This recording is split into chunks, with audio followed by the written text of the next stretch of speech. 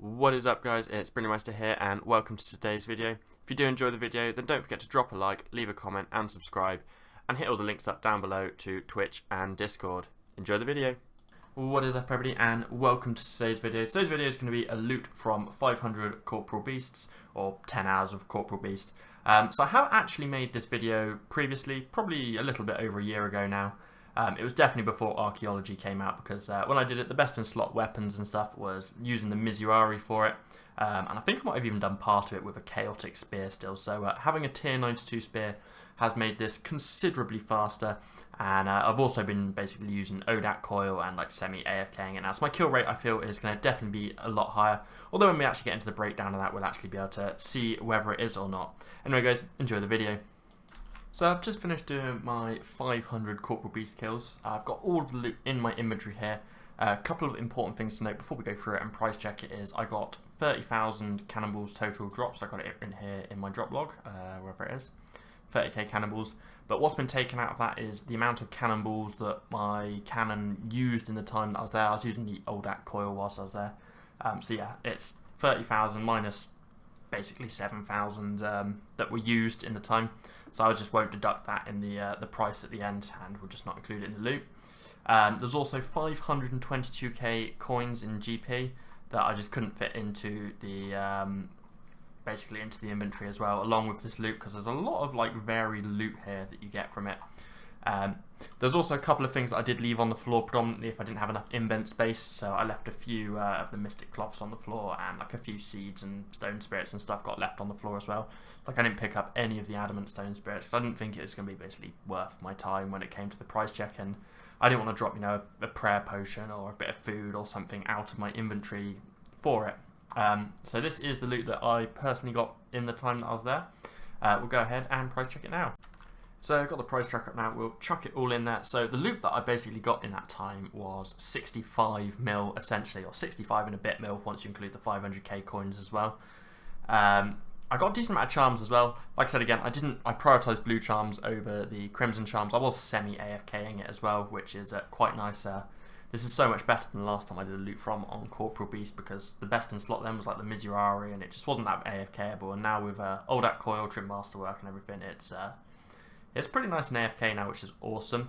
I also think my kill speed will be a lot higher, although we'll get to the actual breakdown of that a bit later. But like I said, yeah, I prioritised picking up blue charms over the crimson charms, so I imagine they would have been roughly equal, but a lot of the time the crimson charms just got left on the floor. I probably should have toggled my charming imp to dismantle them or something for me, so I got some XP out of them.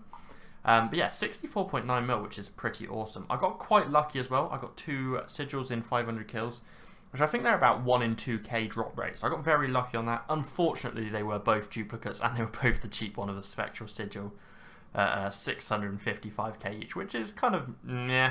But the first time I got it, it was something unique that I needed for the log. So, you know, I'm only missing 2 sigils now. I got divine at some point previous to now.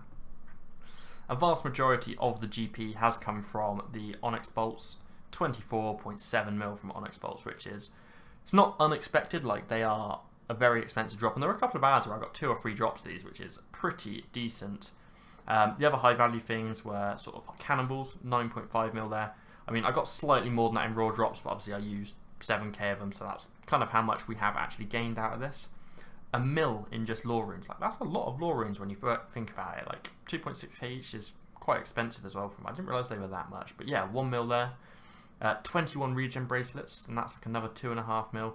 And then you got a lot in the sort of herb lore supplies kind of bit over here. So I got nearly 6 mil in white berries, 2k white berries, which is pretty decent. I actually need to go kill corp on my Iron Man, which bodes well for me because this is about 10 hours worth. So yeah, 200 an hour. That's probably higher than I'm going to average on my Iron Man with the gear I got in there. Even the desert goat horns and the limpwork roots were another decent chunk of GP there. Another 3 mil and another 1.8 mil. Diamonds 1.8 mil. Like, it really did start to add up really quite nicely. I do remember when I last went there though, the anti-poison being a really nice high value drop, but I'm guessing it's not anymore. They crashed down quite a bit. They're only 2.7k each, so lost a bit of money there. I also got 3 holy elixirs, which is 2.2 mil, nearly 3 mil in raw sharks, which is awesome, and then just over 2 mil in green dragon hides. So there's a lot of decent value sort of things there that did add up over time, although the main bulk of the money has come from the onyx bolts and from the cannonballs. So we'll go into the next slide now and get into the breakdown of it all.